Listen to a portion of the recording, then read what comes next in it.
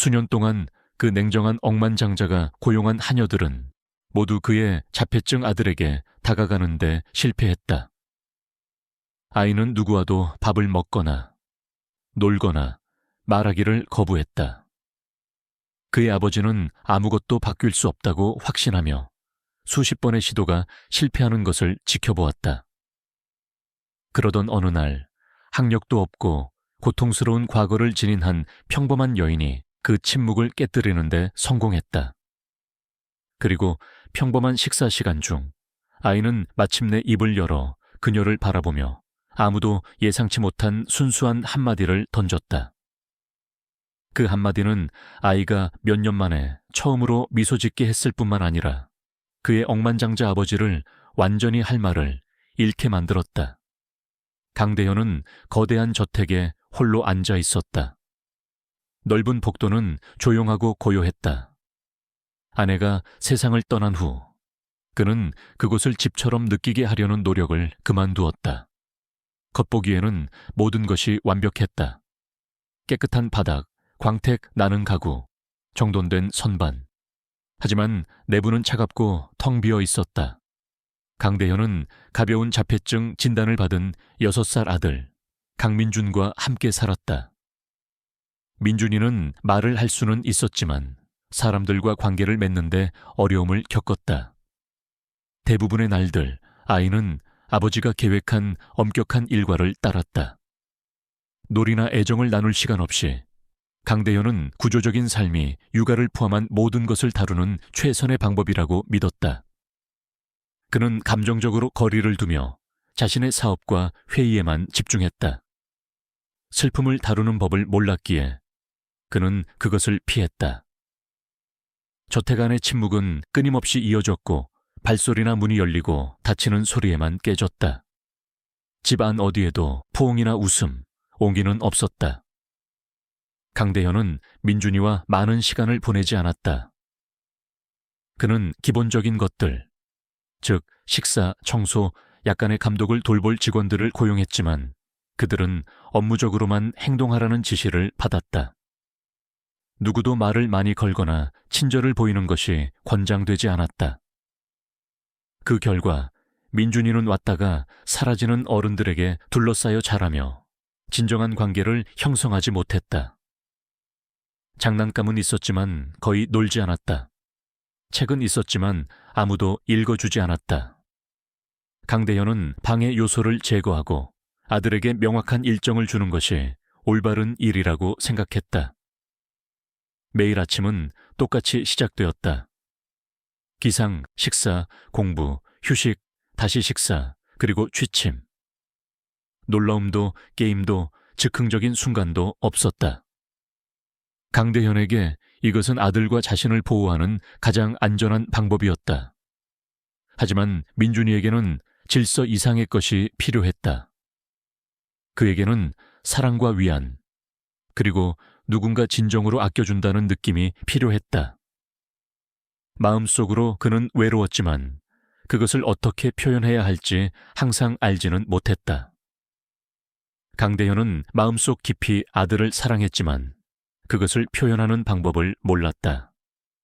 그의 보살핌 방식은 돈을 제공하고 안전한 거처를 마련하고 모든 것을 통제하는 것이었다. 하지만 그는 아버지로서 마땅히 해야 할 방식으로 민준이와 대화하지 않았다. 그는 앉아서 아이의 말을 들어주거나 아이를 특별하게 만드는 작은 것들을 알아채지 못했다. 민준이는 종종 자기 방에 혼자 앉아 장난감 자동차를 줄쓰거나 몇 시간이고 창밖을 내다보았다. 대부분의 사람들이 이해하는 방식의 슬픔은 아니었지만 그는 단절감을 느꼈다. 매일이 똑같아 보였다. 집은 아름다웠지만 생기가 없었다. 강대현은 사무실에서 오랜 시간 일하며 그저 열심히 집중하면 모든 것이 안정될 것이라고 확신했다. 그는 민준이가 점점 더 고립되고 있다는 신호를 무시했다. 그에게 감정은 지저분한 것이었고 지저분한 것은 위험했다. 그는 침묵이 모든 것이 괜찮다는 의미라고 생각했지만 실제로는 무언가 빠져 있다는 의미였다. 집에는 큰 정원이 있었지만 민준이가 자유롭게 밖에서 노는 것은 거의 허락되지 않았다. 모든 것은 정해진 시간과 이유에 따라 감독되어야 했다.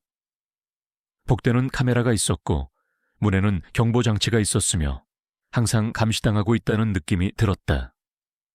강대현은 세상을 믿지 않았기에 그들 삶의 모든 부분을 통제하려 했다. 직원들조차 너무 가까이 다가가는 것이 허락되지 않았다. 누군가 민준이에게 친절하게 말을 걸거나 간식을 주려고 하면 강대현은 그들의 역할을 상기시켰다. 이것은 대부분의 직원들을 불편하게 만들었고 그들은 보통 몇 달 후에 그만두었다. 아무도 민준이에게 익숙한 얼굴이 될 만큼 오래 머물지 않았다. 아이는 점점 말을 줄였고 질문을 받을 때만 대답했다. 그는 거의 웃지 않았다. 그는 이 집에서 감정이 설 자리가 없다는 것을 배웠다. 그를 보호하기 위한 구조는 서서히 세장이 되었고 그는 그것이 왜 그렇게 잘못되었는지 이해하기에는 너무 어렸다. 강대현은 나쁜 사람은 아니었지만 그 나름대로 망가져 있었다. 아내를 잃은 것이 그를 변화시켰다. 전에는 가끔 웃기도 하고 음악을 즐기고 아내와 민준이와 함께 산책을 하기도 했다. 그녀가 죽은 후 마치 스위치가 꺼진 것 같았다. 그는 그녀를 구하지 못했다는 자책감에 시달렸고 그 감정들을 일과 통제 아래 묻어버렸다. 모든 것을 질서정연하게 유지하면 다시는 나쁜 일이 일어나지 않을 것이라고 생각했다. 하지만 인생은 그렇게 흘러가지 않는다. 그의 두려움 때문에 민준이와의 관계는 고통받았다. 그는 아들이 관심을 기다리는 모습이나 연결을 갈망하는 눈빛을 알아채지 못했다. 강대현은 훈련과 일과가 민준이를 강한 사람으로 만들어줄 것이라고 생각했다. 하지만 실제로는 아이를 보이지 않는 존재로 만들고 있었다. 집 안의 침묵은 단순히 소음이 없는 것 이상이었다. 그것은 고통에서 도망치는 한 남자와 서서히 배경 속으로 사라져가는 한 아이의 결과였다. 모든 것에도 불구하고 변화는 다가오고 있었다. 저택의 정적은 영원히 계속될 수 없었다. 일과 아래에서 무언가 변화하기 시작했다. 민준이는 성장하고 주변을 인지하며 애정의 부재를 더 명확하게 느끼고 있었다. 그는 더 이상 명령을 따르는 아이가 아니었다. 무언가 빠져 있다는 것을 이해하기 시작했다. 강대현 역시 불안함을 느끼기 시작했다. 한때 그에게 위안을 주었던 침묵이 이제는 가슴을 짓누르는 무게처럼 무겁게 느껴졌다.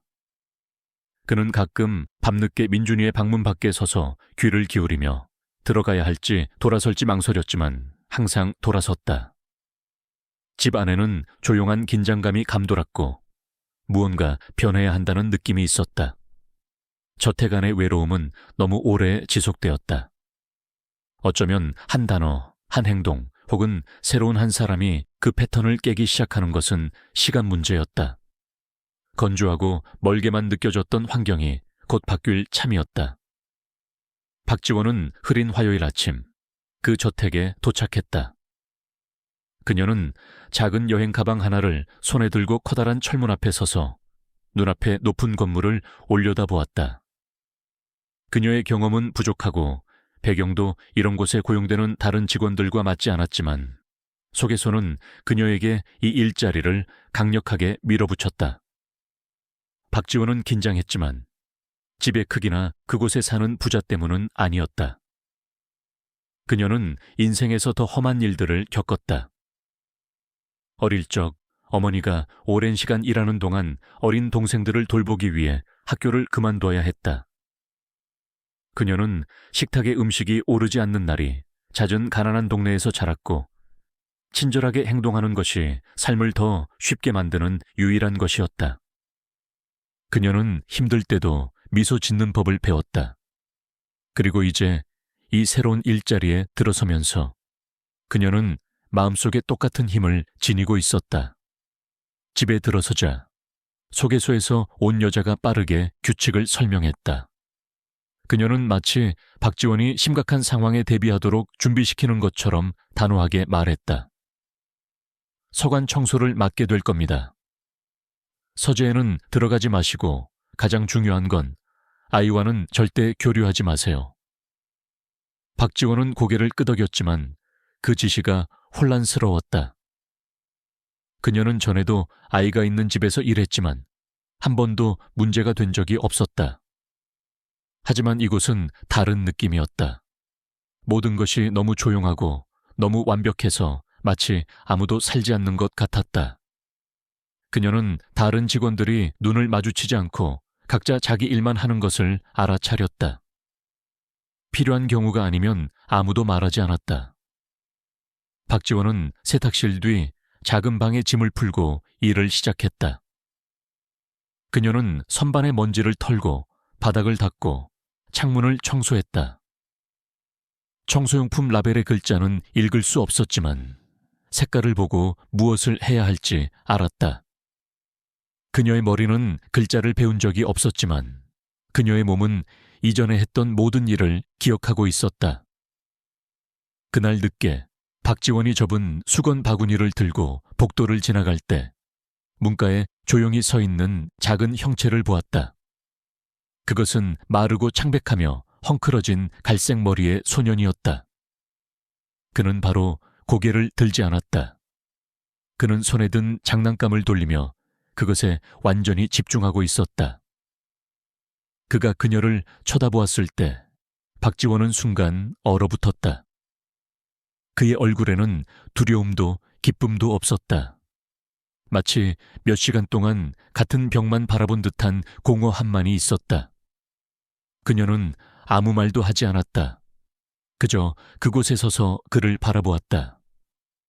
마음 한구석이 아려왔다. 그녀는 그런 표정을 전에도 본 적이 있었다. 부잣집이 아니라 식료품점 밖에서 기다리는 배고픈 아이들이나 아버지가 떠난 후에 남동생에게서 말이다. 소녀는 아무 말도 하지 않았고 그녀도 마찬가지였다. 하지만 그 짧은 순간 그들 사이에 무언가 오고 갔다. 그것은 대화가 아니라 일종의 이해였다. 그녀는 계속 걸어갔지만 그의 얼굴을 잊지 않았다. 박지원은 계속해서 열심히 일하고 조용히 지내며 규칙을 따랐다. 하지만 소년의 기억은 그녀의 마음속에 남았다. 부엌에서 들려오는 속삭임을 통해 그의 이름이 민준이고 아버지는 누구와도 거의 말을 섞지 않는다는 것을 알게 되었다. 다른 직원들은 실수를 저질러 일자리를 잃을까 두려워 거리를 두었다. 그들은 박지원에게 엮이지 말라고 경고했다. 그분은 질문하는 거 안 좋아해. 한 명이 말했다. 친절이 아니라 질서를 원하신다고. 다른 이가 말했다. 하지만 박지원은 자신이 느꼈던 것을 무시할 수 없었다. 복도를 지날 때나 문을 열 때마다 그녀는 민준이를 다시 보기를 바랐다. 규칙을 어기려는 것이 아니었다. 그저 그가 없는 척할 수 없었을 뿐이다. 그녀는 평생 사람들을 돌보며 살았다. 그것은 그녀의 일부였다.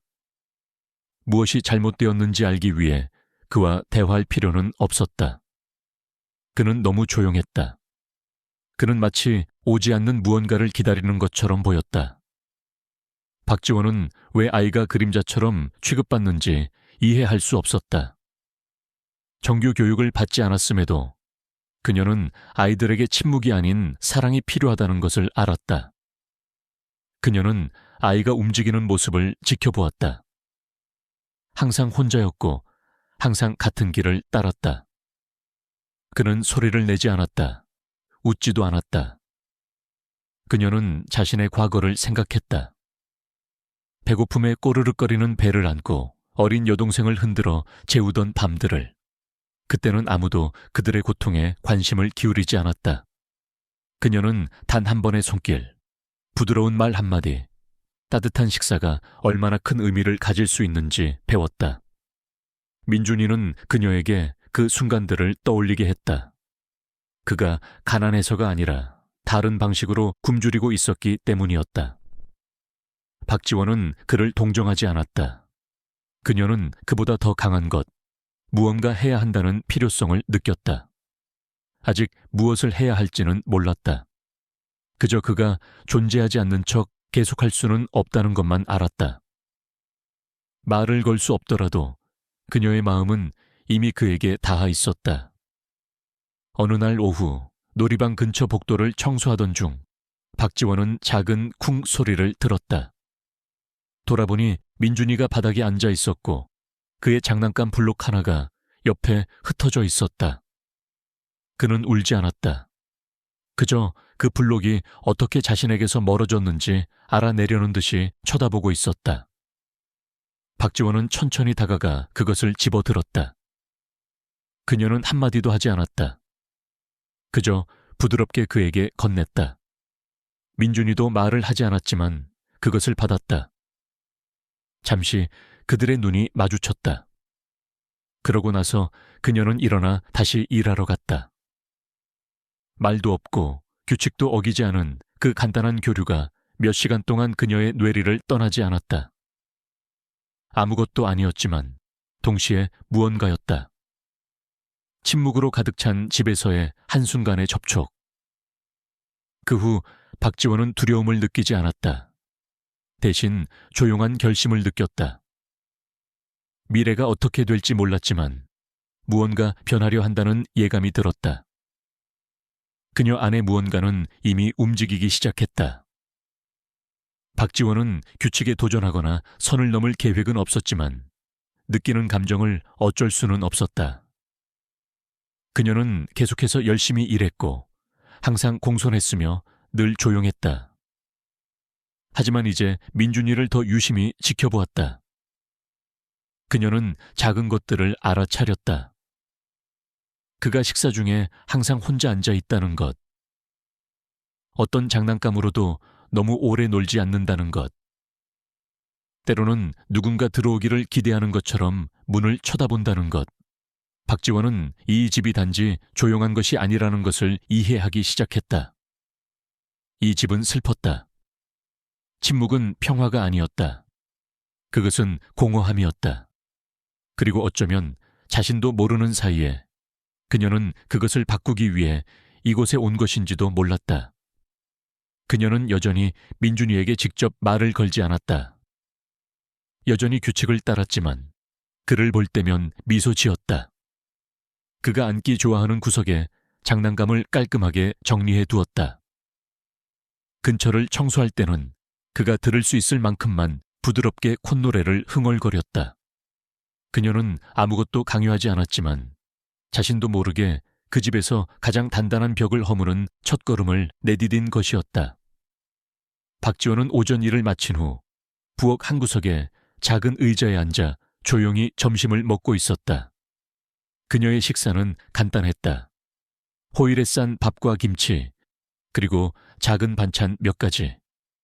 그녀는 개의치 않았다. 그것으로 충분했다. 그녀는 항상 업무에서 너무 오래 벗어나지 않도록 조심하며 빨리 먹었다. 밥을 씹는 동안 그녀는 문가에서 누군가의 기척을 느꼈다. 고개를 살짝 돌리니 민준이가 문틀 뒤에 반쯤 숨어 서 있었다. 그의 시선은 그녀의 접시에 고정되어 있었다. 박지원은 말을 걸거나 심지어 그를 아는 척해도 되는지 몰라 순간 얼어붙었다. 그때 놀랍게도 민준이가 한 걸음 앞으로 나와 음식을 가리키며 물었다. 그거 남으면 제가 먹어도 돼요? 그의 목소리는 부드럽지만 분명했다. 박지원은 바로 어떻게 반응해야 할지 몰랐다. 그녀의 눈이 커졌고 순간 당황했지만 이내 웃음이 터져나왔다. 조용한 방을 가득 채우는 진정으로 따뜻하고 솔직한 웃음이었다. 박지원은 방금 일어난 일을 믿을 수 없었다. 그녀는 아이와 말을 섞지 말고 어떤 관계도 맺지 말라는 경고를 받았다. 그런데 지금 그는 작은 농담을 하며 살짝 미소 짓고 있었다. 억지 웃음이나 예의상의 미소가 아니었다. 그것은 진짜였고 잠시 동안 그들 주변의 모든 것이 사라졌다. 박지원은 민준이를 보며 미소를 머금고 고개를 저었다. 재미있구나. 그녀는 여전히 킥킥거리며 말했다.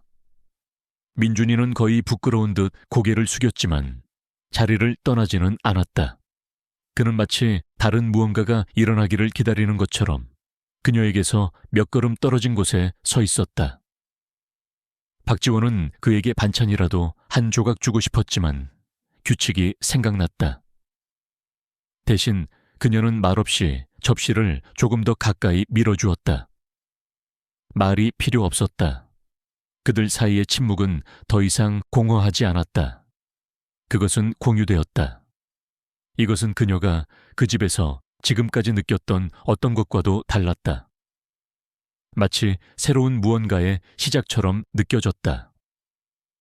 강대현은 서류를 손에 들고 부엌 근처 복도를 걷다가 희미한 웃음소리를 들었다. 그의 주의를 끌 만큼 이상한 소리였다.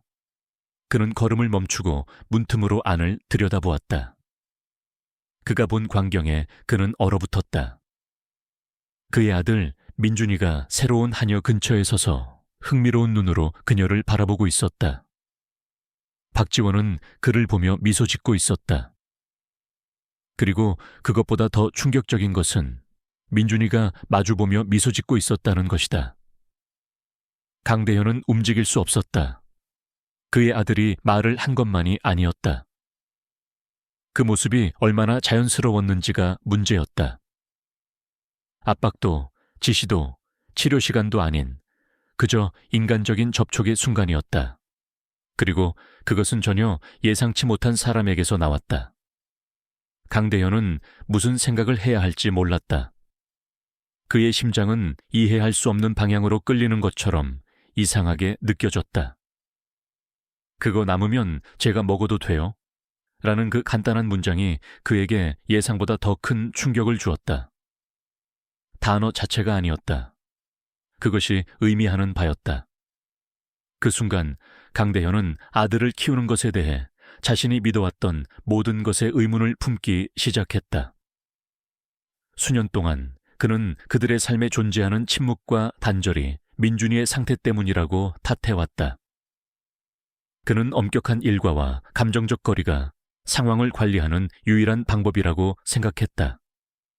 하지만 민준이가 웃고 누군가에게 다가가는 것을 보면서 강대현은 다르게 생각하기 시작했다. 어쩌면 문제는 단지 자폐증이 아니었을지도 모른다. 어쩌면 그가 만든 차가운 환경이 문제였을지도 모른다. 그는 아들을 규칙과 벽, 기대로 둘러쌌지만 애정으로는 단 한 번도 둘러싸지 않았다. 박지원과 민준이 사이의 그 짧은 교류는 강대현에게 오랫동안 느끼지 못했던 감정, 바로 의심을 느끼게 했다. 자신의 선택에 대한 의심, 세상을 차단했던 방식에 대한 의심. 박지원은 이 모든 것을 몰랐다. 물론 그녀는 그저 친절하게 행동했을 뿐이다. 하지만 그 친절은 강대현의 모든 통제된 노력이 결코 닿지 못했던 방식으로 민준이에게 닿았다. 그것은 무시할 수 없는 순간이었다. 박지원은 강대현이 서 있는 것을 눈치채지 못했다. 그녀는 그저 휴식을 계속하며 물을 마시고 접시를 치웠다. 민준이는 여전히 그녀를 바라보며 벽 근처에 책상 다리를 하고 앉아 있었다. 그녀가 부드럽게 물었다. 밥 좋아하니? 그는 고개를 끄덕였다. 김치도? 그는 다시 부끄럽게 미소 지었다. 그녀는 대화를 강요하지 않았다. 그저 그대로 두었다. 박지원은 이런 순간들이 얼마나 연약한지 이해했다. 그녀가 자란 곳에서는 아이들이 슬프거나 다쳤을 때 항상 말로 표현하지는 않았지만 누군가 기회를 주면 항상 귀를 기울였다. 어쩌면 민준이도 마찬가지일지 모른다. 어쩌면 그는 그저 자신을 해결해야 할 문제가 아닌 평범한 아이로 대해줄 사람이 필요했던 것일지도 모른다. 박지원은 계획도, 특수교육훈련도, 다음에 무슨 일이 일어날지에 대한 생각도 없었다. 하지만 그녀에게는 인내심이 있었고 지금으로서는 그것으로 충분해 보였다. 민준이는 더 이상 아무 말도 하지 않았지만 자리를 뜨지도 않았다. 그는 그녀의 조용한 동행 속에서 편안하게 머물렀고 박지원은 그를 쫓아내지 않았다. 강대현은 결국 아무 말 없이 돌아섰다. 그는 그 순간을 방해하고 싶지 않았다. 그의 머릿속은 생각으로 가득 찼고 몇 년 만에 처음으로 그것들은 사업이나 일과에 대한 것이 아니었다. 그것들은 민준이에 대한 것, 그리고 단지 연결과 감정을 위한 공간을 조금 더 허락한다면 상황이 얼마나 달라질 수 있을지에 대한 것이었다. 그는 사무실로 돌아와 서류를 책상 위에 놓고 침묵 속에 앉았다. 아들의 그 한마디가 머릿속에서 계속 맴돌았다. 장난스러웠지만 동시에 그것은 신호였고 다가가기 위한 작고 순수한 방법이었다. 강대현은 박지원이 어떤 치료사나 전문가도 해내지 못한 일을 해냈다는 것을 깨달았다. 그녀는 그의 아들이 농담을 할 만큼 안전하다고 느끼게 해주었다. 그 생각은 아름다우면서도 고통스러웠다. 어쩌면 모든 것이 그렇게 엄격할 필요는 없었을지도 모른다. 어쩌면 작은 양의 사랑이라도 그들의 삶에 들어올 수 있었을지도 모른다. 민준이와 박지원 사이의 연결은 이제 막 시작되었을 뿐이었다. 강대현은 이른 아침 박지원을 자신의 서재로 불렀다. 그의 말투는 차가웠고 표정은 굳어 있었다. 그는 책상 뒤에 팔짱을 끼고 서 있었고 박지원은 그 앞에 조용히 서 있었다. 그는 목소리를 높이지는 않았지만 그가 하는 모든 말은 단호했다. 그는 자신이 본 것을 그녀에게 말했다. 민준이가 웃고 말하고 상호작용하는 것을 보았다고. 그리고 이런 종류의 행동은 용납될 수 없다고 분명히 했다. 당신 일은 청소일 뿐, 그 이상은 아니오. 그가 말했다. 필요한 경우가 아니면 다시는 그 아이와 말하지 마시오. 이런 종류의 친밀감을 조장하지도 말고. 박지원은 반박하지 않고 듣기만 하며 적절한 순간에 고개를 끄덕였다. 속으로는 무언가 잘못되었다고 느꼈지만 말이다. 그녀는 민준이의 눈에서 변화를 보았고 그의 미소를 보았고 그의 웃음소리를 들었다. 그것이 잘못된 것 같지는 않았다. 그럼에도 그녀는 조용히 방을 나와 다시 자기 임무로 돌아갔다. 경고를 받았지만 마음속 깊은 곳에서는 그 어린 소년에게 등을 돌리는 것이 그렇게 간단하지 않을 것임을 알고 있었다. 강대현의 경고에도 불구하고 민준이는 박지원을 찾는 것을 멈추지 않았다. 사실 그는 더욱 호기심을 갖고 대담해졌다. 어떤 날은 그녀가 수건을 접고 있는 세탁실 근처에 나타났고 다른 날은 그녀가 선반을 청소하거나 책을 정리하는 놀이방 바닥에 조용히 앉아 있곤 했다. 박지원은 처음에는 다시 규칙을 어길까 두려워 과도한 상호작용을 피하려 했지만 민준이의 존재는 차분하고 위안이 되었다. 그는 아무것도 요구하지 않았다. 그저 그녀 곁에 있고 싶어 했다. 서서히 박지원은 작은 것들을 허용하기 시작했다. 미소, 질문, 간단한 게임. 그녀는 자비를 작은 게임으로 만들기 시작했다. 예를 들어 장난감을 치우면서 빨간 블록을 세거나 다음에 집을 물건의 색깔을 맞히는 식이었다. 민준이는 자연스럽게 참여하며 압박감 없이 각 순간을 즐겼다. 그는 특정 방식으로 말하거나 행동하도록 강요받지 않았다. 그는 그저 마음이 내킬 때 반응했고 그럴 때마다 그는 더욱 자신감을 얻었다. 박지원은 다른 누구도 보지 못했던 그의 새로운 면을 보기 시작했다. 날이 갈수록 그들의 유대감은 더욱 강해졌다. 박지원은 눈에 띄지 않으면서 민준이를 참여시킬 방법을 찾았다. 장난감 선반을 정리할 때 그녀는 파란색 자동차 좀 줄래? 라고 물었다. 그러면 그는 미소 지으며 그것을 찾았다. 때로는 그녀가 그건 초록색이잖아, 짓궂긴 이라고 말하는 것을 듣기 위해 일부러 다른 것을 건네기도 했다. 그는 말을 더 많이 하기 시작했다. 완전한 대화는 아니었지만 그가 생각하고 알아채고 즐기고 있다는 것을 보여주는 작은 말들이었다. 그는 그녀가 크레용을 색깔별로 정리하는 것을 도왔고 어느 날 오후에는 자신의 간식을 나눠주기도 했다. 그는 자신의 과자를 둘로 쪼개 더 큰 조각을 조용히 그녀에게 건넸다. 박지원은 환한 미소와 부드러운 감사 인사로 그것을 받았다. 그녀는 이것이 무엇을 의미하는지 알기 위해 큰 신호가 필요하지 않았다. 민준이는 누군가 시켜서가 아니라 마침내 누군가가 그의 속도에 맞춰 공간과 인내심을 주었기 때문에 자기만의 방식으로 마음을 열고 있었다. 집 안의 다른 직원들도 변화를 알아차리기 시작했다. 그들은 민준이가 예전처럼 구석에 숨지 않고 더 많이 돌아다니는 것을 보았다. 특히 박지원이 근처에 있을 때 그들은 가끔 그의 킥킥거리는 소리를 들었다. 집안의 분위기가 바뀌기 시작했다. 시끄럽거나 혼란스럽지는 않았지만 더 가벼워졌다. 한때 복도를 가득 채웠던 무거운 침묵이 서서히 걷히고 부드러운 웃음소리와 움직임으로 대체되었다. 나이든 하녀 중 한 명이 이제 박물관 같지 않네요 라고 말했고 다른 이들도 동의했다. 박지원은 자랑하거나 자신에게 주의를 끌지 않았다. 그녀는 그저 자기 일을 하고 민준이를 친절하게 대했다. 그것으로 충분했다. 아이와 거리를 두었던 직원들조차 조금씩 긴장을 풀기 시작했다. 한때 차갑고 생명 없던 저택이 사람들이 그저 일하는 곳이 아니라 사는 곳처럼 느껴지기 시작했다. 민준이의 발전은 치료나 구조화된 세션의 결과가 아니었다. 그것은 오랫동안 부재했던 일상적인 관심과 보살핌의 단순한 행동에서 비롯되었다.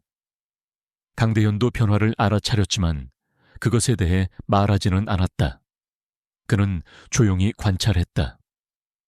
사무실 창문 너머로 보거나 움직이는 소리가 들릴 때 복도에서 잠시 멈춰 섰다.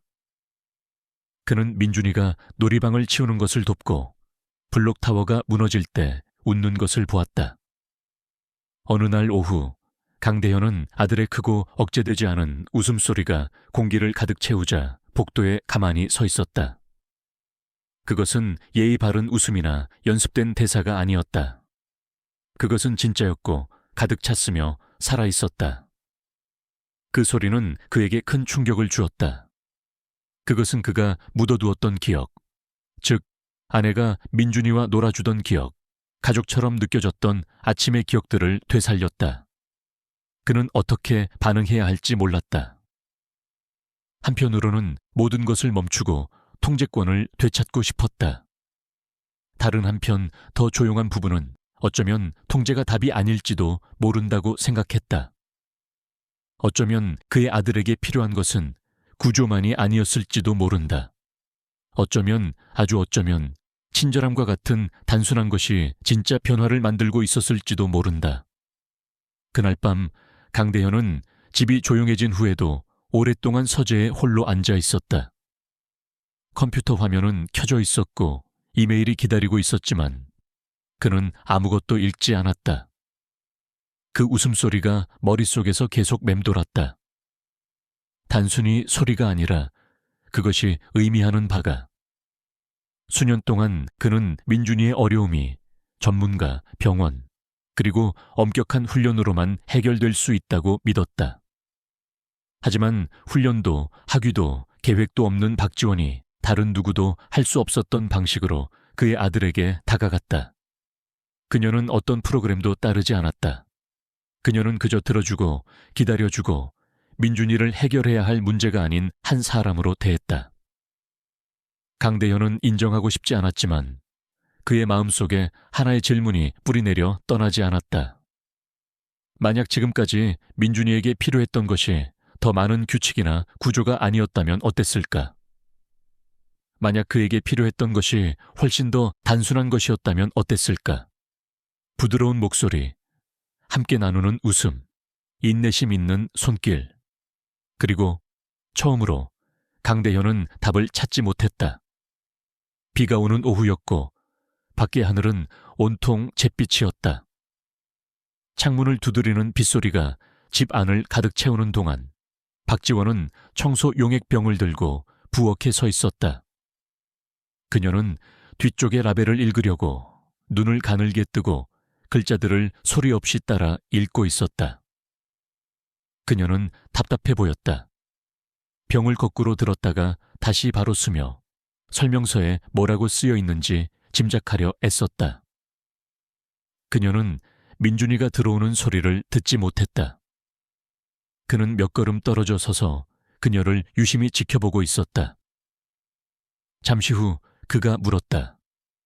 글씨 읽을 줄 모르시는구나. 그의 목소리는 차분했고 놀리는 것이 아니라 그저 궁금해하는 투였다. 박지원은 얼어붙었다. 그녀는 병을 쥔 손에 힘을 주었고 천천히 그를 마주 보았다. 그녀의 뺨이 붉어졌다. 무슨 말을 해야 할지 몰랐다. 잠시 거짓말을 할까 고민했지만 대신 그녀는 시선을 내리고 고개를 끄덕였다. 응, 그녀가 조용히 말했다. 몰라. 그녀의 목소리는 부끄러움으로 가득 차 있었다.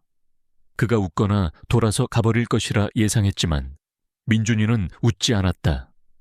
그는 고개를 살짝 갸웃거리더니 더 가까이 다가왔다.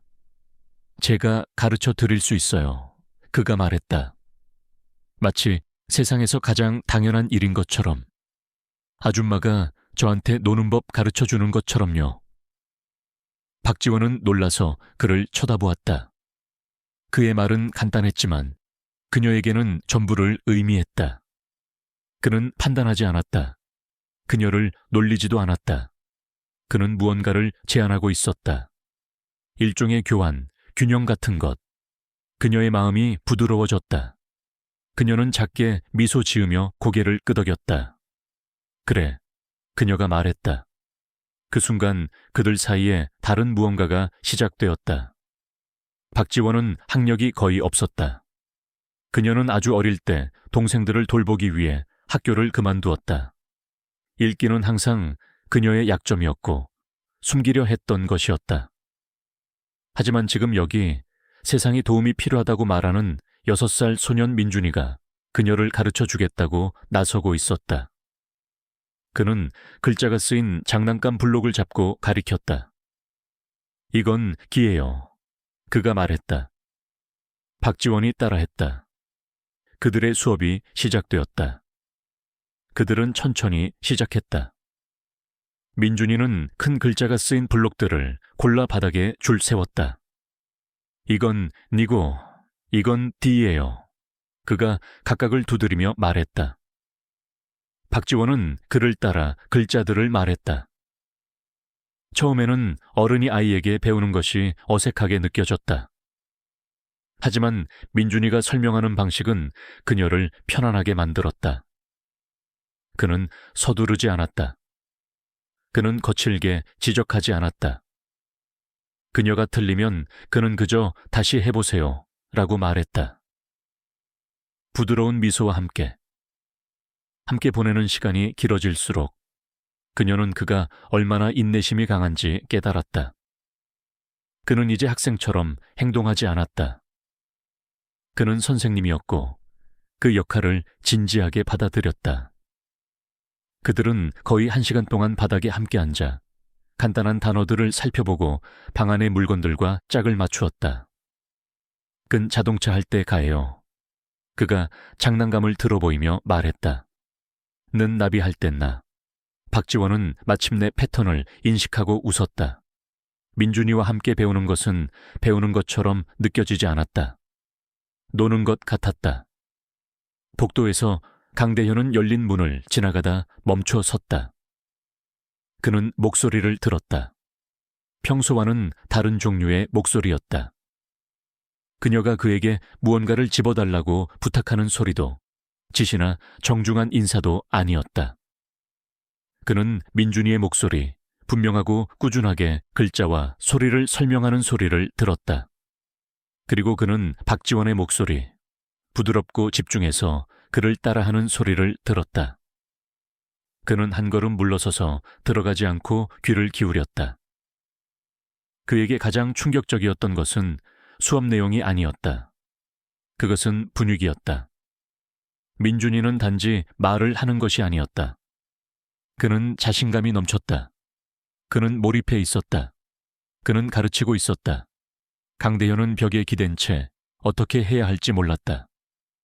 그는 전문가, 치료사, 개인 교사를 고용했지만 아무도 이렇게 민준이에게 다가가지 못했다. 하지만 그가 자격 미달이라고 판단했던 박지원은 다른 누구도 할 수 없었던 것을 이루어내고 있었다. 그리고 그녀는 그의 아들을 고치려고 하지도 않았다. 그녀는 그저 진실하고 정직하고 친절하게 대했을 뿐이다. 강대현은 방해하지 않았다. 그는 몇 분 동안 조용히 귀를 기울이며 혼란과 감탄이 뒤섞인 감정을 느꼈다. 그날 이후로 수업은 계속되었다. 박지원이 쉴 때마다 민준이는 자기 나이보다 훨씬 어린 아이들을 위한 책들을 가져왔다. 알파벳 카드, 글자가 있는 장난감, 심지어 단어가 쓰인 시리얼 상자까지. 그는 글자들을 어떻게 연결하는지 보여주며 천천히 단어들을 소리내어 읽었다. 그녀는 배우려는 의지가 강한 학생이었다. 무언가를 마칠 때마다 그녀의 눈은 빛났다.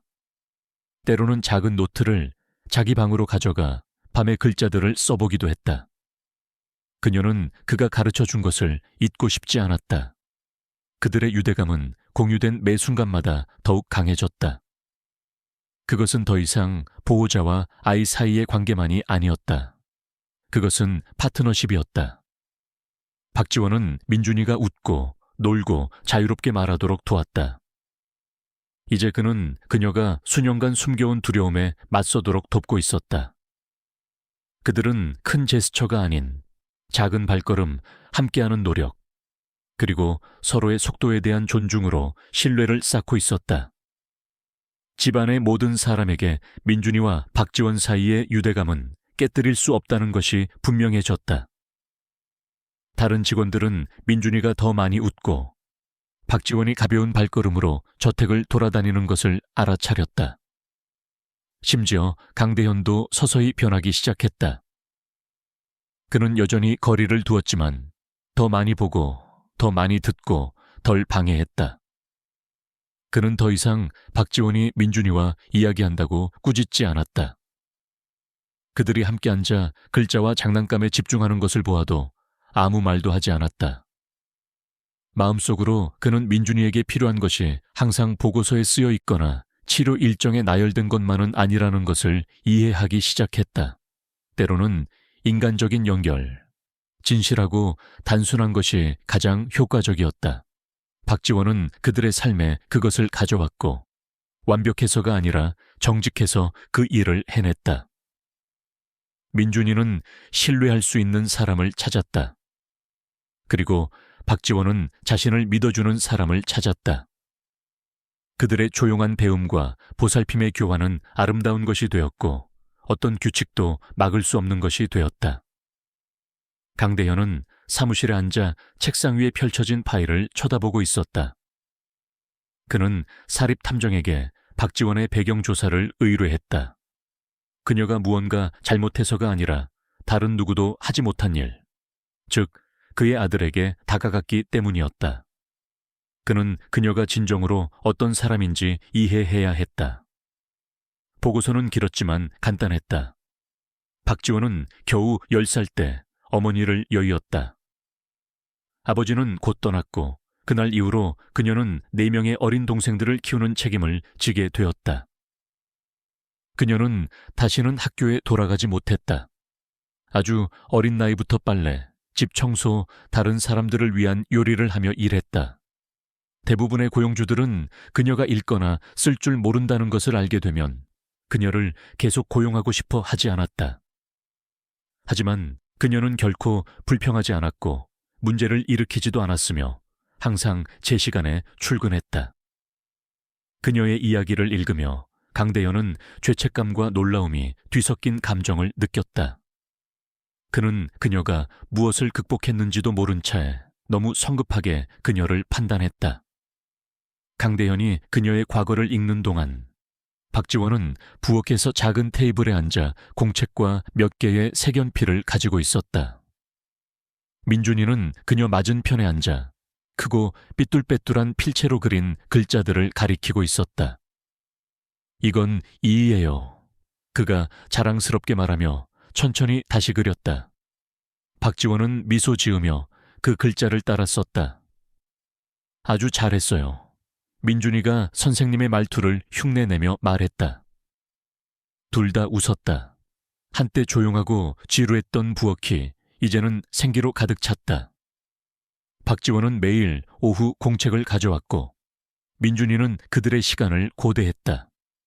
그는 자신이 유용하다고 느끼는 것을 좋아했고 그녀는 자신이 주목받는 것을 좋아했다.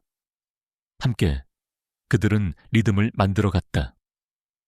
몇 개의 글자, 약간의 그림, 그리고 항상 주스와 쿠키를 위한 짧은 휴식 시간. 때로는 민준이가 배우고 있는 글자들을 이용해 이야기를 지어내기도 했다. 그는 이는 달걀 익을 먹는 코끼리 엘레펀트예요 라고 말했고 박지원은 웃었다. 이것들은 단지 수업이 아니었다. 신뢰와 성장 그리고 진정한 우정의 순간들이었다. 다른 직원들은 부엌을 지나가며 그 소리를 듣고 미소 지었다. 그곳은 더 이상 요리만을 위한 장소가 아니었다. 이제는 웃음과 배움, 그리고 완전히 새로운 무언가를 위한 공간이었다. 심지어 집 자체도 다르게 느껴졌다. 한때 복도를 지배했던 정적은 작고 즐거운 소음들로 대체되었다. 모음이 반복되는 소리, 테이블 위에서 연필이 짤깍거리는 소리, 그리고 가끔 민준이의 킥킥거리는 소리가 방들을 통해 울려 퍼졌다. 강대현은 그 차이를 알아차렸다. 처음에는 그것이 그를 불안하게 했다. 그는 침묵에 익숙해졌지만 이제 그 소리들이 위안이 되었다. 그가 지나갈 때마다 아들이 말하거나 웃는 소리를 들으면 그는 잠시 멈췄다. 안으로 들어가지는 않았다. 그저 들었다. 아직 완전히 이해하지는 못했지만 그의 내면에서 무언가 변화하기 시작했다. 그는 보고서 박지원의 삶, 그리고 그녀가 아무것도 요구하지 않고 어떻게 그의 집에 기쁨을 가져왔는지 계속 생각했다. 강대현은 계약서를 검토하거나 통화를 하거나 심지어 저녁 식사 중에도 이상하게 박지원에 대해 생각하는 자신을 발견했다. 그는 그렇게 많은 일을 겪은 사람이 어떻게 여전히 그렇게 친절하고 인내심 있고 관대할 수 있는지 이해할 수 없었다. 그녀는 원망하거나 화를 낼 모든 이유를 가지고 있었다. 하지만 그녀는 그렇지 않았다. 그녀는 다른 사람들에게 집중했고 망설임 없이 도왔으며 한 번도 칭찬을 요구하지 않았다. 강대현은 자신의 삶을 되돌아보기 시작했다. 그는 항상 성공이 통제, 규칙, 감정을 차단하는 것에서 온다고 믿었다. 하지만 이제 그는 한때 약하다고 여겼던 훨씬 더 부드러운 무언가가 상상했던 것보다 더 강력하다는 것을 보고 있었다. 박지원은 전략이나 치료 도구로 민준이를 가르치지 않았다. 그녀는 웃음, 친절, 그리고 일관성을 사용했다. 그녀는 그의 말을 들어주었다. 그녀는 그를 해결해야 할 사례로 대하지 않았다. 그녀는 그를 한 사람으로 대했다. 그리고 그 단순하고 인간적인 접근 방식이 다른 어떤 것보다 민준이에게 더 많은 도움이 되고 있었다. 조금씩 강대현의 태도가 바뀌었다. 그는 어떤 큰 발표나 연설도 하지 않았지만 그의 행동은 달라졌다. 그는 부엌을 더 천천히 지나가기 시작했고 때로는 수업의 일부를 듣기 위해 더 오래 머물렀다. 어느 날 그는 아무 말 없이 카운터에 새 연필과 마커 한 상자를 놓아두었다. 박지원은 그것들을 발견하고 주위를 둘러본 후 혼자 미소 지었다. 그가 아무 말 할 필요가 없었다. 그녀는 이해했다. 그가 지켜보고 있었다. 그가 관심을 기울이고 있었다. 강대현은 또한 민준이에게 더 부드럽게 말하기 시작했고 수업이 어떻게 진행되는지 또는 그날 어떤 글자를 배우고 있는지 물었다. 처음에는 민준이가 부끄러워했지만 곧 그는 작은 이야기들을 나누기 시작했다. 강대현은 아들이 안전하다고 느낄 때 할 말이 얼마나 많은지에 놀랐다. 그리고 그 모든 것은 사회적으로 볼 때 아무것도 가진 것이 없는 사람 덕분이었다. 학위도 직함도 권력도 없는. 하지만 박지원에게는 더 가치 있는 것, 진정으로 아끼는 마음이 있었다. 강대현은 어느 날 밤, 긴 하루가 지나고 이제 조용해진 집에서 다시 사무실에 앉아 있었다. 그는 창문을 열고 정원을 내다보며 생각에 잠겼다. 그는 자신이 고용했던 모든 전문가들, 모든 비싼 프로그램들, 그리고 그들 중 누구도 박지원이 한 일을 해내지 못했다는 것을 생각했다. 그녀는 누구에게도 감명을 주기 위해 그들의 삶에 들어온 것이 아니었다. 그녀는 아무것도 요구하지 않았다. 그러나 그녀는 집 전체를 바꾸었다. 그녀는 그가 존재조차 몰랐던 민준이의 모습, 즉 웃고, 놀고, 가르치는 모습을 이끌어냈다. 강대현은 가슴속에 무거운 무언가를 느꼈다. 후회와 감사가 뒤섞인 감정이었다. 그는 자존심 때문에 중요한 무언가를 거의 놓칠 뻔했다는 것을 깨달았다. 이제 그는 분명히 보기 시작했다. 세상은 박지원 같은 사람을 무시할지 모르지만 이 집에서 그녀는 가장 중요한 사람이 되었고 부엌에서 들려오는 부드러운 웃음소리를 들으며 그는 무언가 진정으로 변했다는 것을 알았다. 다시는 예전과 같지 않을 것이다. 그날 오후는 조용하고 격식 있는 분위기여야 했다. 강대현은 투자자 그룹을 저택으로 초대해 비공개 회의와 간단한 투어를 진행했다. 그는 집을 자랑하고 자신의 전문적인 삶을 강조하며 잠재적인 새 프로젝트에 대해 논의하고 싶었다. 모든 것이 세심하게 준비되었다. 직원들은 구석구석을 청소했다. 테이블은 간식과 음료로 완벽하게 차려졌고 손님들은 정장을 입고 예의 바른 미소를 지으며 방들을 둘러보고 있었다. 하지만 강대현이 그들을 이끌고 거실을 지나는 순간 목소리와 웃음소리가 분위기를 깨뜨렸다. 모두가 그 소음 쪽으로 고개를 돌렸다. 소파 근처 카펫 위에서 박지원과 민준이가 동화책의 한 장면을 연기하고 있었다. 민준이는 수건을 망토처럼 두르고 기사 흉내를 내고 있었다. 박지원은 나무 숟가락을 들고 칼인 척하고 있었다. 그들은 방문객들이 서 있는 것을 눈치채지 못한 채 큰 소리로 웃고 있었다. 강대현의 표정이 즉시 변했다. 그는 앞으로 나서며 목소리를 높였다. 여기서 뭐 하는 겁니까? 그가 날카롭게 물었다. 손님들은 서로 불편한 듯 쳐다보았다. 박지원은 재빨리 일어나 설명하려 했지만 그가 말을 끊었다. 여기는 어린이집이 아니오. 그가 쏘아붙였다. 당신은 청소하라고 고용된 거지. 바닥에서 광대처럼 뒹굴라고 고용된 게 아니란 말이오. 방 안은 침묵에 휩싸였다. 박지원의 얼굴이 창백해지고 손이 떨렸다. 그녀는 눈물을 참으며 고개를 숙였다. 강대현은 투자자들을 향해 억지 미소를 지었다. 실례했습니다. 그가 차갑게 말했다.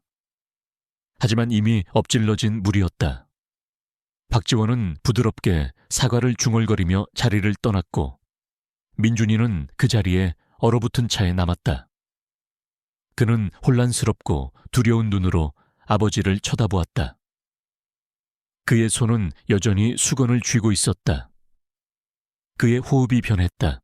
강대현은 눈치채지 못했거나 그러지 않기로 선택했다.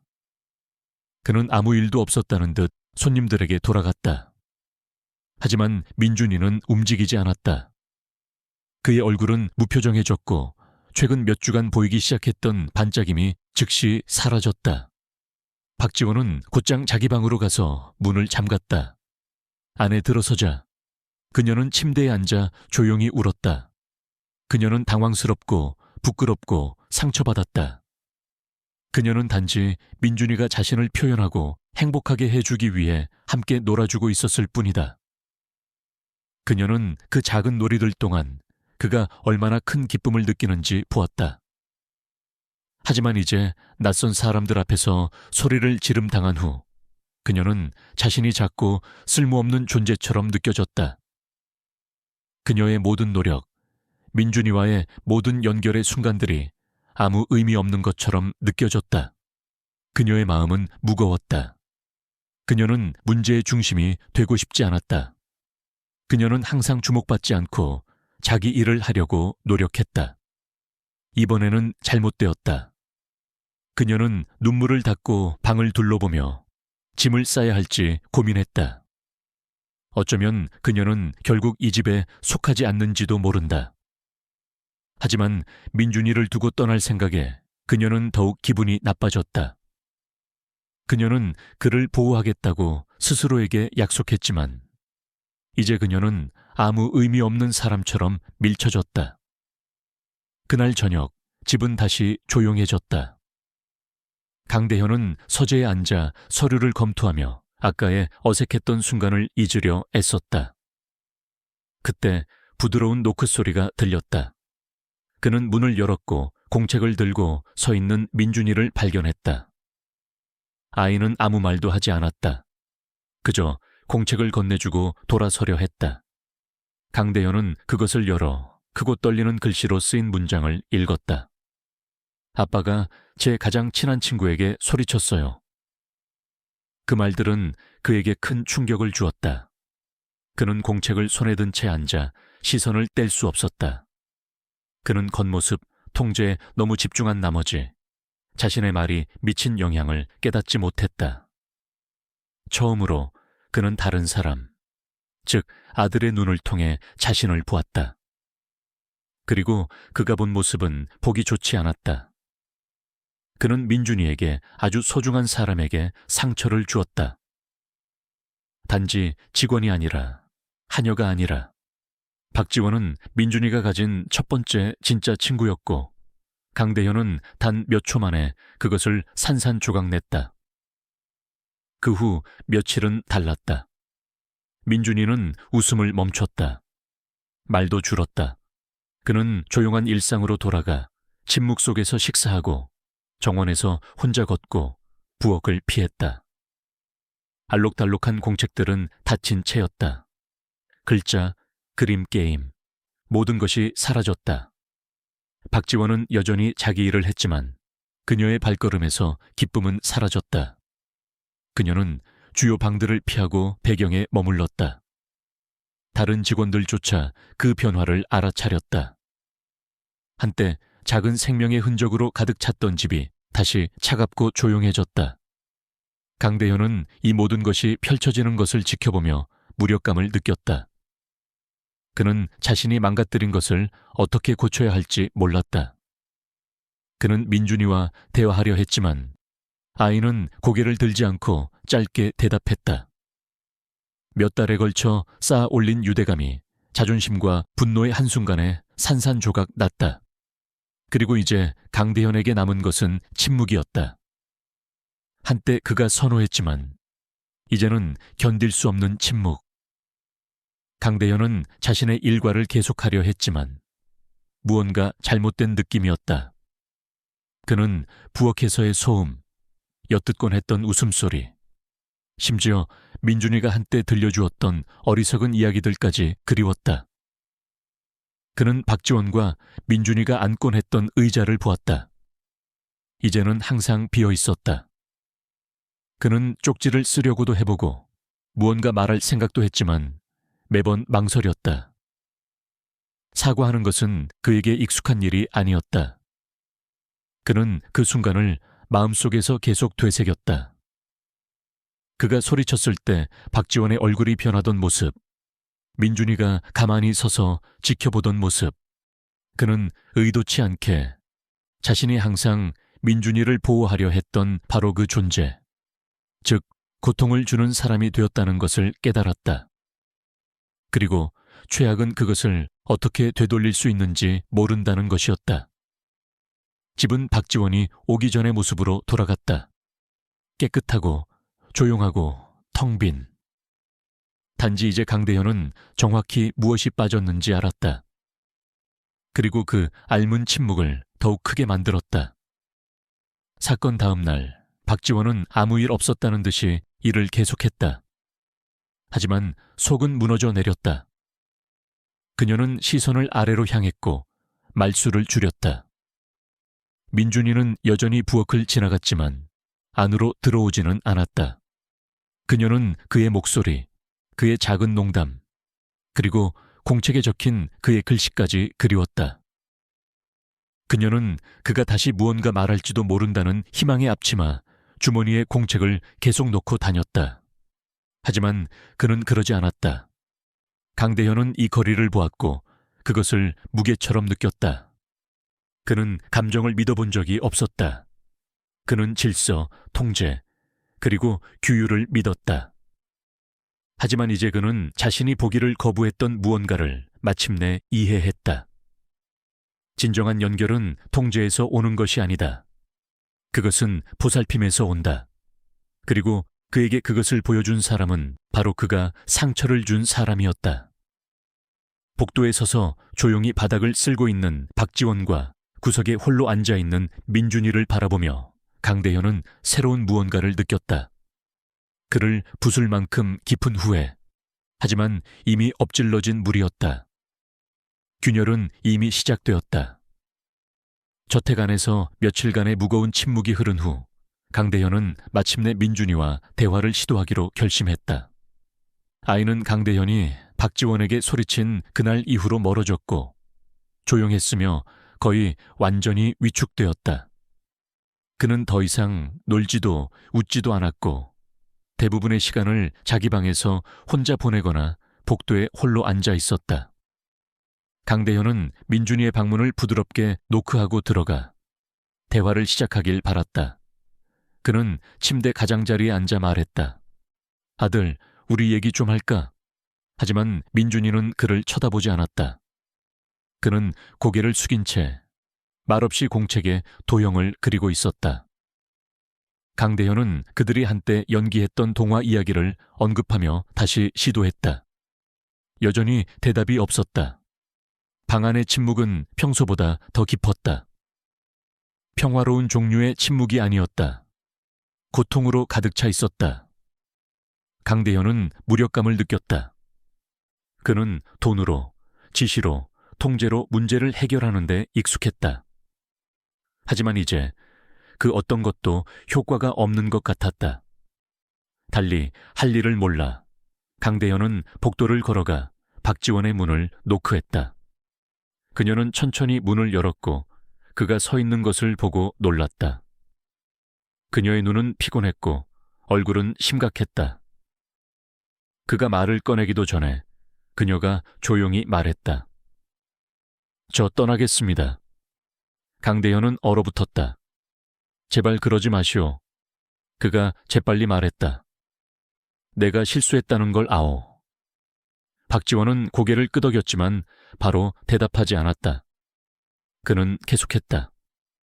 당신이 화내는 게 당연했소. 내가 과민 반응했고 당신을 창피하게 만들었소. 많이 생각해봤는데 미안하오.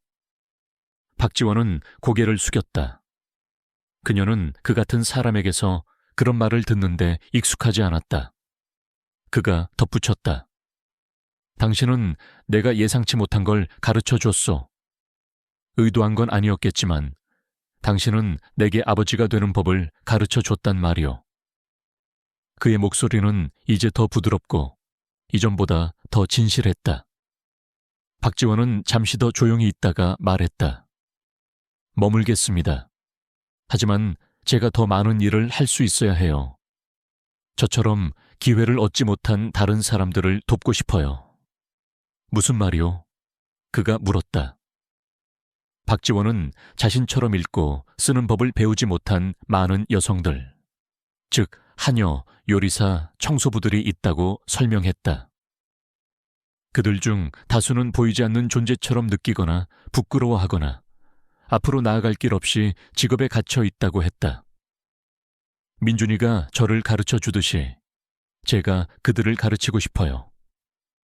그녀가 말했다. 한 글자씩이라도요. 강대현은 들으며 천천히 고개를 끄덕였다. 그에게는 도울 자원이 있었다. 그는 자신의 돈을 자신을 넘어서는 무언가를 위해 쓸 때가 왔다는 것을 깨달았다. 그렇게 합시다. 그가 말했다. 진짜 무언가를 만듭시다. 프로그램, 수업, 그들이 배울 수 있는 장소를. 처음으로 박지원이 미소 지었다. 저만을 위해서가 아니에요. 그녀가 말했다. 도움이 필요한 모든 사람을 위해서요. 강대현은 동의했다. 그 대화는 그들의 관계뿐만 아니라 강대현이 세상을 보는 방식에도 전환점이 되었다. 그는 단지 집 안의 규칙을 바꾸는 것이 아니었다. 그는 사는 방식을 바꾸고 있었다. 그 후 몇 주 동안 강대현은 몇 년 만에 느끼지 못했던 집중력으로 새로운 프로젝트에 착수하기 시작했다.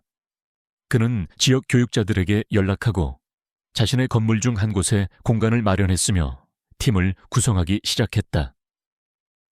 박지원도 아이디어를 제안하고 수업 내용을 구체화하는 데 도움을 주었다. 그들은 그 프로그램을 새로운 시작이라고 이름 지었고 배우고 싶어 하는 모든 가사 서비스직 여성을 대상으로 열렸다. 강대현은 심지어 교통편을 마련하고 자료를 제공했으며 여성들이 배움과 일 사이에서 선택할 필요가 없도록 소정의 지원금까지 제공했다. 한편 저택에서는 분위기가 다시 바뀌었다. 그것은 단지 깨진 것을 고치는 것이 아니었다. 더 나은 것을 만드는 것이었다. 박지원은 평소의 업무로 돌아갔지만 이제 그녀는 새로운 수준의 존중을 받았다. 다른 직원들도 그 차이를 알아차렸다. 강대현은 그들에게 더 자주 인사하고 질문하며 심지어 귀를 기울였다. 집이 더 따뜻하게 느껴졌다. 서서히 그를 짓누르던 죄책감이 행동과 목적으로 대체되었다. 민준이는 이 모든 것을 조용한 호기심으로 지켜보았다. 그는 아버지가 더 많이 돌아다니고 박지원이 상자를 나르는 것을 돕고 심지어 가끔은 부엌 식탁에 앉아 있는 것을 알아차렸다. 그는 바로 말을 하지는 않았지만 모든 것을 보고 있었다. 어느 날 오후 박지원이 점심을 준비하는 동안 민준이가 방으로 들어왔다. 그는 잠시 멈칫하더니 갑자기 그녀를 향해 달려가 허리를 감싸 안았다. 박지원은 하던 일을 멈추고 놀랐지만 행복했다. 그녀는 몸을 숙여 그를 꽉 안아주었다. 강대현은 문께 서서 그 순간이 펼쳐지는 것을 지켜보았다. 소리도 말도 없었지만 그 한 번의 포옹에는 분명한 메시지가 담겨 있었다. 그는 그녀를 깊이 그리워했다. 박지원은 눈에 눈물이 고인 채 미소 지으며 속삭였다. 나도 보고 싶었어, 꼬마야. 민준이는 한동안 그녀를 놓지 않았다. 강대현은 자신이 보고 있는 것에 압도되어 가만히 서 있었다. 그것은 단순한 순간이었지만 그에게는 마치 마음속의 열쇠가 돌아간 것 같았다. 민준이와 박지원 사이의 그 행동은 강대현의 마음속에 며칠 동안 머물렀다. 그는 그녀가 처음 도착한 이후로 모든 것이 얼마나 달라졌는지 생각했다. 그때 그는 규율, 침묵, 그리고 구조가 충분하다고 믿었다. 그는 감정은 방해물이고 애정은 규칙 위에 세워진 집에는 설 자리가 없다고 생각했다. 하지만 이제 그는 분명히 보았다. 그의 아들을 변화시킨 것은 비싼 치료나 엄격한 일과가 아니었다. 그것은 인내, 친절, 그리고 신뢰였다. 그것은 박지원이었다. 그리고 이제 그녀 덕분에 다른 이들의 삶도 바뀔 것이었다. 저택은 더 이상 부의 상징만이 아니었다. 그것은 치유의 장소가 되었다. 강대현은 아직 배울 것이 많다는 것을 알았지만 처음으로 준비가 되었다고 느꼈다. 그는 집 안을 걸으며 단지 가구와 벽이 아닌 살아있는 순간들, 중요한 순간들을 보았다. 그리고 민준이가 박지원과 함께 놀며 다시 웃는 것을 보며 그는 진정한 무언가를 느꼈다. 한때 그의 삶을 가득 채웠던 냉기가 마침내 사라졌다. 박지원이 저택으로 돌아오면서 모든 것이 다르게 느껴지기 시작했다. 오래된 일과는 생기가 넘치는 새로운 일과로 대체되었다. 민준이는 더 이상 문 뒤에 숨어있는 조용하고 위축된 소년이 아니었다. 그는 말을 더 많이 하고 질문을 하며 주변 세상에 대한 호기심을 보이기 시작했다. 이제 그의 말은 더 쉽게 나왔고 여전히 조용한 순간들이 있었지만 더 이상 자신을 표현하는 것을 두려워하지 않았다. 박지원은 다시 그의 일상생활의 일부가 되어 작은 일들을 돕고 게임을 하고 글자 수업을 계속했다. 그녀 역시 민준이의 도움으로 매일 조금씩 더 읽으며 자신의 배움으로 돌아갔다. 집에는 다시 웃음소리가 들렸고 민준이뿐만이 아니었다. 직원들조차 더 많이 미소 지었다. 한때 박물관처럼 느껴졌던 집이 완전히 새로운 무언가로 변했다.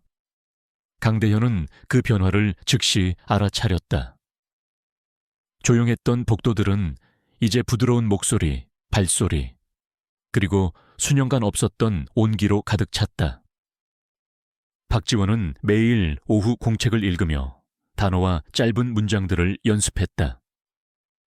민준이는 그녀 옆에 앉아 때로는 부드럽게 그녀를 교정해 주거나 어려운 단어를 어떻게 소리내어 읽는지 보여주었다. 어느 날 오후 그녀는 페이지에 조심스럽게 문장을 쓰고 그에게 보여주었다. 민준아, 고마워. 그의 눈이 빛나고 자랑스럽게 미소 지었다. 그것은 작은 구절이었지만 많은 의미를 담고 있었다. 박지원에게 그것은 그녀가 할 수 있다는 증거였다.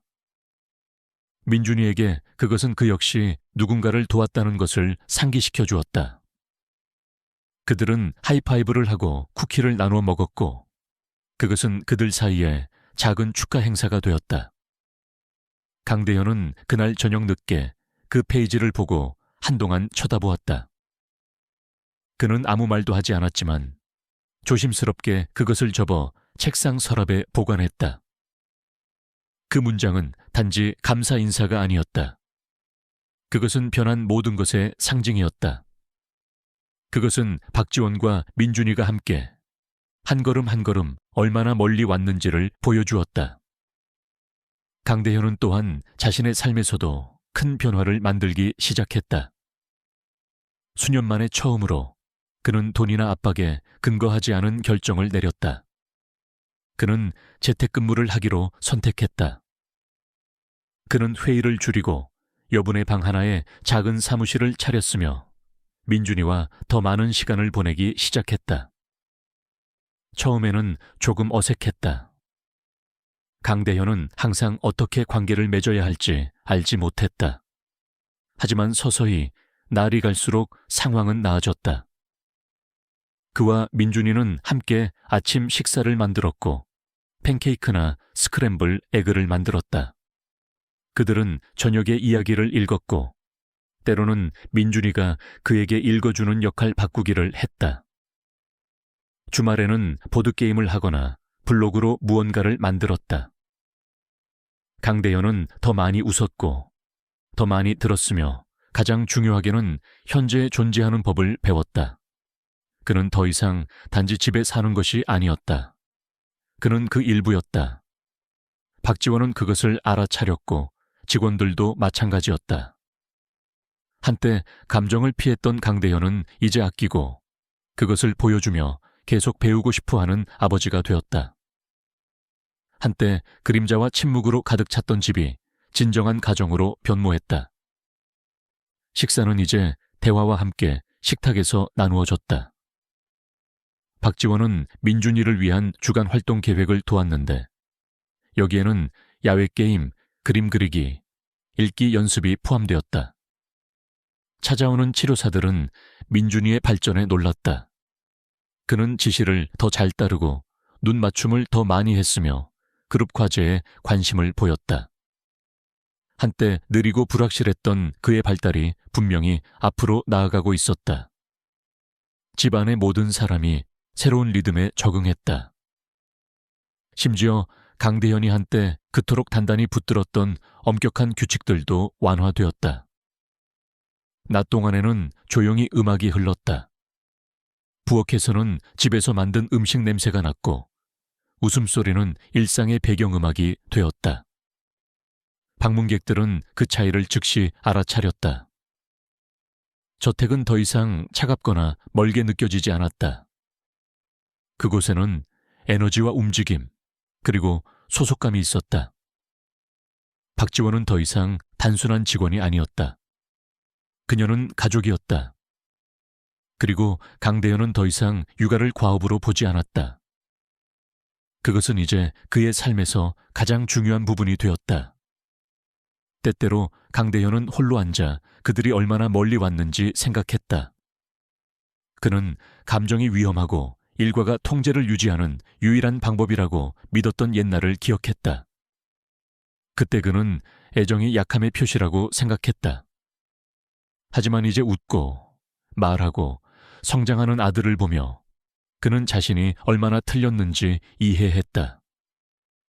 모든 것을 시작하게 했던 그 질문, 그거 남으면 제가 먹어도 돼요? 가 계속해서 그에게 돌아왔다. 그것은 아주 작은 순간이었지만 완전히 새로운 삶의 문을 열었다. 부엌의 그 음식 접시에서 우정과 유대, 그리고 그가 결코 배울 것이라고 예상하지 못했던 교훈이 나왔다. 애정은 그를 약하게 만들지 않았다. 그것은 그를 온전하게 만들었다. 그는 더 이상 그것을 두려워하지 않았다. 사실 그는 그것을 환영했다. 그는 마침내 사랑이, 가장 단순한 형태의 사랑이 그들 모두에게 필요했던 바로 그것이라는 것을 이해했다. 그리고 박지원은 애쓰지도 않고 그 사랑을 그들의 삶에 가져왔다. 한때 침묵과 슬픔으로 가득 찼던 저택은 이제 연결로 가득 찬 가정이 되었다. 집의 모든 구석에는 배움과 치유, 그리고 새로 시작하는 새로운 이야기가 담겨 있었다. 박지원은 자신감을 갖고 복도를 걸었고 항상 공책을 들고 다녔으며 다음 단어를 배울 준비가 되어 있었다. 민준이는 기쁨과 호기심으로 자신의 세계를 탐험하며 번성하고 있었다. 그리고 이제 변화된 남자 강대현은 그 모든 것에 참여했다. 그는 여전히 일이 있었고 책임이 있었지만 이제 그의 마음이 어디에 속해 있는지 알았다. 저녁 식탁, 이야기 시간, 그리고 아들과의 작은 순간들에 한때 잠긴 문과 일정 뒤에 살았던 남자가 자신의 세계를 열었다. 그리고 그 모든 것은 아주 작은 것, 밥과 반찬 한 접시, 그리고 어린 소년의 순수한 질문에서 시작되었다. 강대현이 한때 약점이라고 보았던 것이 그의 가장 큰 강점이 되었다. 결국 그가 지은 것은 단지 집이 아니었다. 그것은 새로운 삶, 새로운 가정이었다. 강대현 저택의 변화가 시작된 지 몇 달이 지났다. 삶은 집 안에서뿐만 아니라 그 벽 너머에서도 새로운 형태를 띠었다. 강대현은 조용하지만 꾸준히 의미 있는 일, 즉 그가 배운 교훈을 행동으로 옮길 무언가를 준비해왔다. 그리고 마침내 그날이 왔다.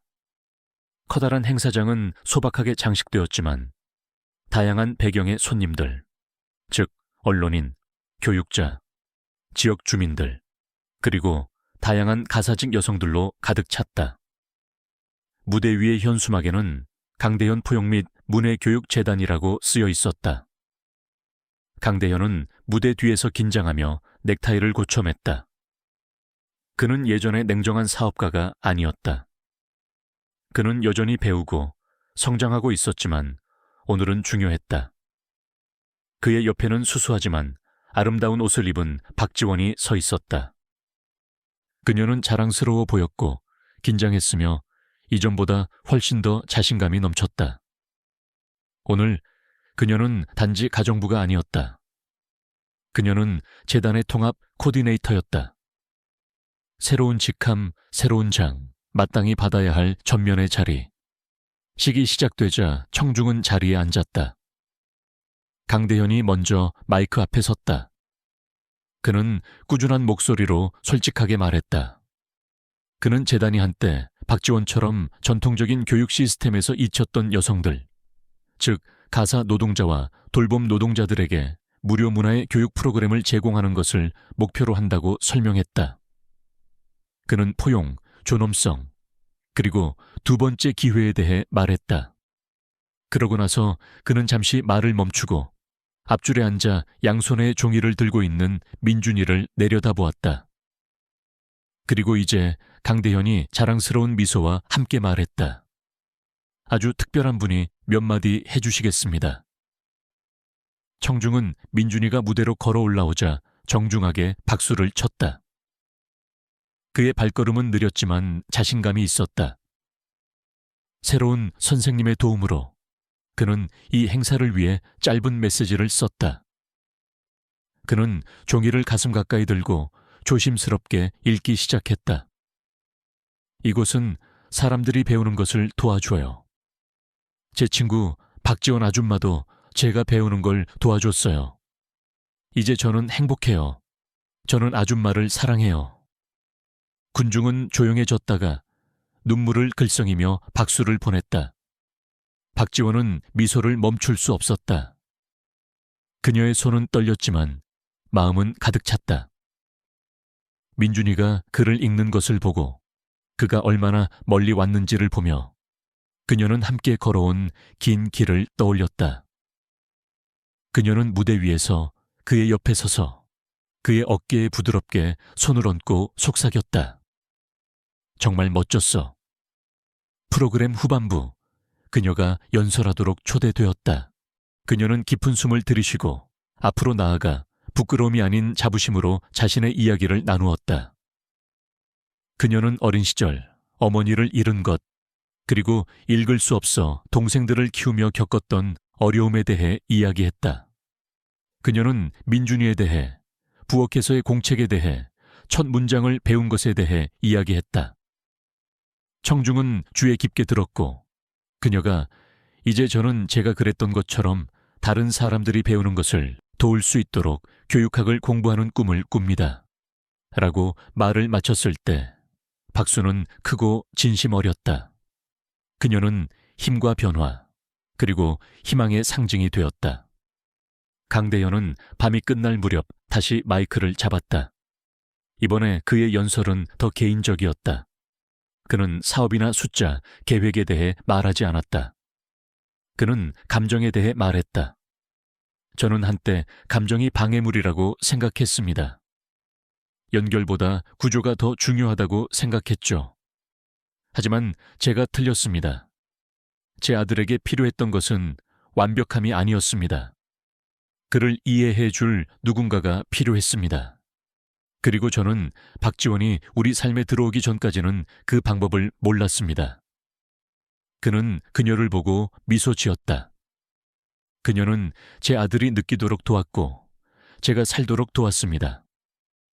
저는 그 점에 대해 그녀에게 영원히 감사할 것입니다. 청중은 다시 한번 박수를 쳤고 많은 이들이 존경을 표하기 위해 일어섰다. 그것은 단지 새로운 프로젝트의 축하 행사가 아니었다. 그것은 두 번째 기회, 누군가가 관심을 갖기로 결정했을 때 일어나는 일에 대한 축하였다. 카메라 플래시가 터졌고 사람들은 울었으며 가장 진지한 손님들조차 감동했다. 이것이 전형적인 자선 행사가 아니라는 것은 분명했다. 이것은 진정한 인간적 연결의 결과였다. 행사가 끝난 후 홀은 서서히 비워졌다. 손님들은 악수를 하고 사진을 찍고 감탄하며 박지원에게 말을 걸었다. 강대현은 모든 사람에게 개인적으로 감사 인사를 하기 위해 뒤에 남았다. 주스 상자를 든 민준이가 박지원에게 다가가 그녀의 손을 잡아당겼다. 집에 가요. 그가 미소 지으며 말했다. 강대현, 박지원, 그리고 민준이는 함께 차에 탔다. 차 안은 처음에는 조용했고 감정적인 하루 뒤에 오는 피곤한 평화로 가득 찼다. 저택에 다시 도착해 부엌으로 들어서자 민준이는 식탁을 보고 그러고 나서 박지원을 보았다. 그는 자리에 앉아 신발을 벗어 던지고 작은 미소를 지으며 말했다. 아줌마 남긴 밥 또 먹고 싶어요. 모두가 순간 얼어붙었다가 웃음을 터뜨렸다. 강대현은 카운터에 기대어 고개를 저으며 미소 지었다. 박지원도 웃으며 손으로 입을 가렸다. 한때 그토록 단순했던 그 문장이 이제는 수년의 의미를 담고 있었다. 그것은 더 이상 단지 질문이 아니었다. 그것은 기억이었다. 그것은 사랑이었다. 그 한마디가 모든 것을 시작했다. 그것은 민준이가 우정을 향한 첫걸음이었고 박지원이 소속감을 향한 첫걸음이었다. 이제 그것은 그들 모두가 공유하는 것, 시간이 지남에 따라 더욱 강해진 연결의 상징이 되었다.